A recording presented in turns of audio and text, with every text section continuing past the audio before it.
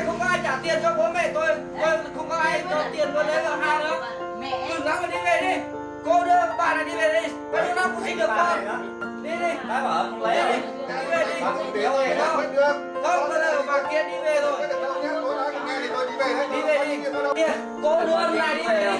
Đi về đi. Ra khỏi nhà này đi. Đi. Không lấy đâu. Đi. Đồ của bà đi. Đi. Ra khỏi nhà của tôi. Đi.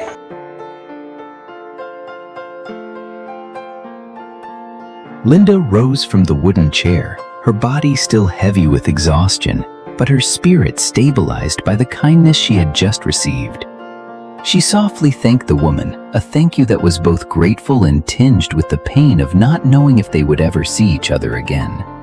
Stepping out onto the narrow path, she turned toward the hills where her in-laws lived. The air was damp, faintly smelling of damp earth. With each step, the silence grew closer. When she reached the yard, LinDa stood still for a moment. The house looked exactly as it had when she had left. Old walls, low roof, the faint smell of smoke somewhere inside. She called softly, "Are Mom and Dad home?" Her voice faltering before pushing the door open. Inside, her father-in-law was sitting at the wooden table. His gaze was cold and piercing, making her knees weak. Before she could speak, his voice cut through the air. "Where have you been? And you're just coming back now?" His eyes hardened. "Your husband told you to leave. Why are you still here?" LinDa's hands clenched the hem of her dress. She tried to speak but couldn't get a word out. He leaned back, his judgmental tone so sharp it hurt. "You're lazy. You don't even cook. What use are you?" From the next room, her mother-in-law appeared. Her steps were hurried, her voice rising before she could reach the table. She pointed straight at LinDa's face, her anger burning like fire. "If you can't give birth, then let my son marry another woman. Or do you want our family line to perish because of you?" LinDa bowed her head. Her eyes were blurred, not from tears, but from the weight of humiliation. She just stood there, shoulders hunched, as if the air had grown too heavy. Her father-in-law's voice rang out again, slower this time, but no less gentle. "This is a big deal. Go find the village chief and settle it. Now, go." LinDa stepped back and walked out of the house, her head still bowed, as if her parents-in-law's words were still weighing heavily on her shoulders. Her eyes were blurred, and each step was cautious, as if the ground might crack under her feet. The air outside was now more stifling, each breath a reminder of the humiliation she could not respond to. She followed the winding path toward the center of the village. The path was familiar, but today it seemed longer, each turn taking her further away from the warm welcome. When she reached the village chief's house, she paused at the door, adjusted her scarf, and tried to speak. Her voice was soft but steady. "Sir, I have something to tell you." The village chief looked up from his paper. The scent of dry tea wafted through the room, mingling with the faint scent of ink. LinDa recounted everything: her return, her father-in-law's anger, her mother-in-law's accusations. She spoke without looking up, as if afraid that even the walls might judge her. When she finished, the chief closed the notebook and nodded slowly. "Okay," he said, his voice even. "You go home first. I'll come and take care of this." LinDa bowed her head in thanks. She turned and left, her footsteps light on the concrete. Outside, the road stretched out before her again, a gray stripe cutting through the green of the hills. LinDa quietly left the village chief's house. The road ahead wound between the hills, the sides of which were softened by the tall grass swaying in the wind. Her hands were still clasped tightly in front of her chest, as if trying to hold herself together. The words of her in-laws still echoed in her mind, but now they were mixed with another sound, a voice calling her name. "LinDa." She turned around, Standing next to the red motorbike was her mother's younger sister. Her face, tanned from years of working under the sun, looked worried. "Why haven't you come to my house these past few days?" she asked, her voice both worried and reproachful. LinDa lowered her head, her voice almost choking. "My husband chased me away." The old woman frowned. For a moment, she said nothing, just gently placed her hand on LinDa's arm. Then, in a firm voice, she said, "It's okay. Let me go talk to him." She squeezed LinDa's hand reassuringly, then led her toward the motorbike.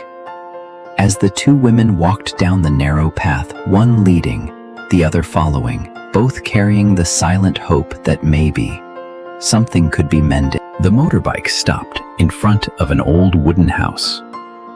The village chief got off, notebook in hand, and pushed open the creaking bamboo door. Inside, the air was gloomy, the smell of kitchen smoke wafting against the walls. He greeted everyone briefly and gestured for them to sit down.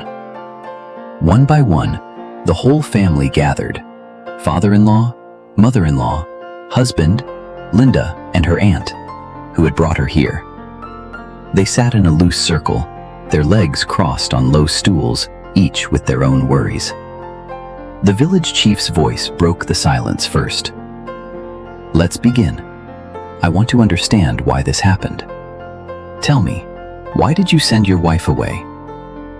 The husband did not hesitate. His voice was even, as if the decision had been made long ago. "She cannot bear me children. I must marry another woman." LinDa felt the words like cold steel piercing her insides. Her fingers tightened around the edge of her scarf, but she kept her eyes on the floor. Before the chief could reply, her father-in-law leaned forward, his tone sharper, almost accusatory. "That's right. If she can't have children, she has no place in this house. We need grandchildren too. Our lineage can't end here." The words echoed off the wooden walls, loud and decisive. LinDa's lips parted, but no sound came out. Her vision blurred as tears began to well up, hot and unstoppable. Beside her, her aunt reached out, placing a steady hand on her back. "Calm down, baby. Breathe," she whispered, but her voice shook with anger. Then her mother-in-law's voice cut in, louder, sharper than all the rest. "A woman who can't bear children is like a chicken that can't lay eggs." Her words were filled with contempt, each syllable seemingly intended to hurt. "At least an animal is useful. You're worse than that." LinDa held her breath. Tears fell freely, rolling down her cheeks in silence. Her arms were wrapped around her knees, her shoulders hunched, as if trying to cower under the barrage of voices. The chief raised his hand, trying to restore order. "Enough," he said firmly. "I will consider all of this, but the important thing now is that you speak to each other with respect. A family cannot survive if it is built on contempt." For a moment, the room seemed quiet. The fire crackled in the hearth. Then the husband's voice rang out again, breaking the brief silence. "Respect? I've made up my mind." He turned to the door and called out. A young woman entered. She was confident, her eyes not avoiding LinDa at all. The husband gestured toward her with a cold, decisive look. "This is my wife. From today on, she will take care of this house." The father-in-law nodded in approval. "Good, that's the way it should be."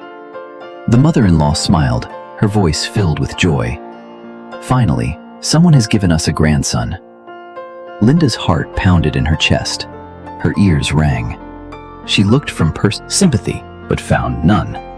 The woman beside her, her aunt, stiffened and stepped forward. "You can't just send her away like she's nothing. She's your wife. She's been here through the hard times." But the husband's reply was as cold as stone. "She was my wife. Now she's a burden." The father-in-law's voice rang out again, louder this time, more decisive. "Enough said. Take your things and leave. This is no longer your home." LinDa's tears now blurred her vision. She tried to speak, tried to plead, but her throat felt tight. They were dragged out by her husband, roughly. "And don't ever come back here." The words haunted LinDa like a curse. The chief, who had been silent throughout the conversation, sighed. "This is no way to solve the problem," he said softly, almost to himself. But the decision had been made. Then he left, the curses still echoing. LinDa and her aunt stepped out into the daylight, the sun shining brightly after the gloom inside. The air outside was vast and empty. The road ahead was hazy. Behind them, voices continued to echo in the house, as if the years she had lived there were but a fleeting shadow. Her steps were slow and heavy, as if weighed down by the pain inside. The air smelled faintly of damp earth after last night's drizzle, and the sound of cicadas seemed unusually sharp, tearing apart the silence. After walking for a while, she came to a small bridge over a shallow stream. The water flowed gently over mossy rocks, carrying fallen leaves downstream. LinDa stopped there. She took a deep breath, feeling the cool breeze dispel some of the suffocation in her chest. She whispered to herself, almost afraid that the wind would hear, "They don't care about me, so from now on, I have to live better than them. That will be the best revenge." The words were simple, but they lit a faint light in her, a fragile, flickering flame of determination. She straightened her back, wiped her cheeks, and took one last look at the stream, as if letting all her sadness flow away with the water. Then she continued walking. The path wound endlessly, leading her past banana trees swaying in the wind. She didn't know exactly where she was going. Each step was guided only by instinct, the instinct to keep moving forward, not to fall. After wandering for a while, her tired eyes caught sight of something in the distance, a small hut hidden in a dense banana grove. The roof was thatched with old leaves. The walls were made of rough bamboo, discolored by the weather. It was in the middle of a quiet clearing, no smoke from the kitchen, no human voices. She hesitated for a moment, her feet on the edge of the garden. Was it abandoned, or was someone living here? Gathering her courage, she stepped through the thick grass, the sound of her slippers scraping against the dry leaves. Standing at the door, she called softly, "Is anyone here?" Her voice was swallowed by the silence. There was no answer. She tried again, louder this time, but the only response was the rustling of banana leaves overhead. She stepped inside, looking around. Despite the abandonment, the hut was still a shelter, a roof from the rain, a wall against the wind. Her tired body and sore legs urged her to stay. She sat down in the driest corner of the floor. She leaned against the wall, her mind wandering to the faces of those who had abandoned her, to the harsh words that still echoed in her ears. But she forced herself to think about the road ahead. She had a place to stay, yes, but she couldn't ignore the hunger that was gnawing at her stomach. If she was to survive, she needed food. After a moment of silence, she forced herself to stand. She left the hut and walked back down the narrow dirt road, wandering farther and farther away from the banana grove. The village road stretched out before her, her only thought being to find something, anything to eat. Not far ahead, she saw a pile of trash by the side of the road, half hidden by overgrown weeds. Plastic bags, broken baskets, pieces of wood and paper piled up in a jumble. She hesitated. The sight was unpleasant. But in this situation, she had no dignity left to cling to. Taking a deep breath, she stepped closer. She sat down and began to search, brushing away the mess. Most of it was useless, but she continued with persistence and determination. And then, almost in answer to her silent prayer, she saw it. A small plastic bag, loosely tied at the top. She picked it up carefully, untied the knot. Inside were 2 pieces of bread, slightly stale, with hard edges. Not much, but in that moment, it felt like a gift from heaven. Her lips trembled in the smallest of smiles. "Thank you," she whispered, not knowing whether she was speaking to God or to fate. She found a clean spot on a nearby ledge and sat down. Opening the bag, she took a piece and bit into it. The bread was dry, but each bite was enough. She ate slowly, soothing her aching stomach, savoring each bite. When she was halfway through, she stopped. Carefully wrapping up the rest of the bread, she put it away. She would save it for later.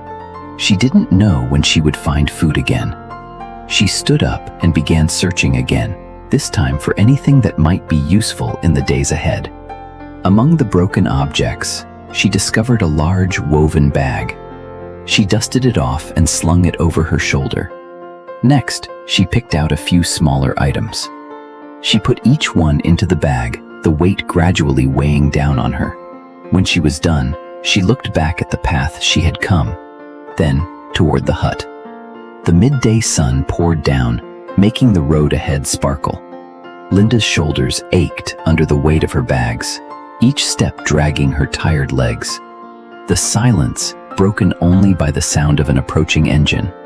A white SUV slowed down beside her. The tinted window rolled down, and she was surprised to see Quang. He was the one who had helped her a few days ago, when she was stranded in the middle of the stream. His voice was warm, tinged with concern. "Where are you going? Carrying all this stuff by yourself? Do you need help?" he called out. She paused, looking down at the dusty road for a moment before looking up. I'm almost home. It's not far," she replied softly, her lips curling into a grateful smile. Quang was startled by the weight on his shoulders. "At least let me take you. It's too hot to walk. Carrying so much will hurt you." He leaned back and spoke to someone in the car. "Stop here. Go help her with her luggage," he told the driver. The man in the driver's seat immediately got out, walking around the front of the car toward her. LinDa shifted, instinctively telling her to decline. She was touched by their kindness, but also reluctant to bother them. When the driver reached for her bag, she backed away a little. "Thank you. I really do. But I'm almost there," she said. "It's not that far. I can go." The driver hesitated, glancing at Quang. But Quang just nodded slightly, seeming to understand. "Okay," he said, his voice nodded, the words striking a soft chord within her. "I'll go. And thanks again for stopping." Quang smiled encouragingly at her before leaning back in the car. The driver returned to his seat, and the SUV's engine hummed softly. As they drove away, LinDa stood still for a moment, watching the white car disappear around the corner. Then she adjusted the strap of her bag, took a deep breath, and continued on. The road was still long, but her steps felt lighter as she walked. LinDa pushed aside the large banana leaves, stepping into the open space with her heavy bag on her shoulder. She stepped inside, put her bag down, the sound of it echoing on the bamboo floor, and slowly began to unpack. There was no furniture, just a low bamboo bed frame in the corner of the house. From the bag, she took out an old green mat. She smoothed it out on the bamboo slats as if it were something precious. Her hands pressed down on each fold. She sat on the mat for a while, her eyes looking at the cracks in the roof where the sunlight filtered through. The afternoon sunlight gradually faded, replaced by a cold night. She lay down, resting her head on the bag she had brought from her old life. It was hard and bumpy, but it was all she had. She closed her eyes, though tears still found their way, running down her ears. She did not wipe them away. In the silence of the lonely cabin, her body was exhausted, and she fell into a deep, heavy, dreamless sleep. Night came to her gently, like a mother lulling her child to sleep. And ladies and gentlemen, today's episode ends in the darkness of an empty hut halfway up the mountain. Outside, The sound of insects and the wind of the forest still blow tirelessly through the leaves, and inside, there is only an old mat hastily spread on a bamboo bed, an old bag as a pillow, and a woman curled up looking for some warmth. A long day passed with harsh words, heavy footsteps, and cold eyes that left her with countless invisible scratches. But, amidst all that emptiness, she still kept a shelter, albeit a makeshift one, and a heart that has not yet extinguished its fire. Tomorrow, the journey to make a living will begin again.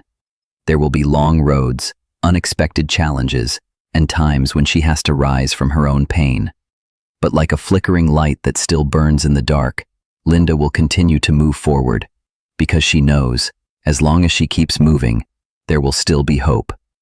See you in the next episode, where we will follow along to see if in the coming days, life will open a bright path for her, or continue to test the endurance of this woman. Hôm nay khép lại trong bóng tối của một căn tròi trống trải giữa từng rừng núi. Bên trong chỉ có một tấm chiếu cũ trải vội trên khung giường tre, một chiếc túi cũ làm gối. Cả một ngày dài trôi qua với những lời cay nghiệt, những bước chân nặng nề và những ánh mắt lạnh lùng để lại cho cô bao nhiêu vết xước không nhìn thấy được. Nhưng giữa tất cả những trống vắng ấy, cô vẫn giữ cho mình một mái che, dấu tạm bợ và một trái tim chưa chịu tắt lửa. Ngày mai hành trình mưu sinh lại bắt đầu, sẽ còn những con đường dài, những thử thách bất ngờ và những lúc phải gượng dậy từ chính nỗi đau của mình. Nhưng như một ngọn đèn leo lét vẫn kiên trì cháy trong đêm, LinDa bước tiếp vì cô biết chỉ cần còn bước đi thì vẫn còn hy vọng.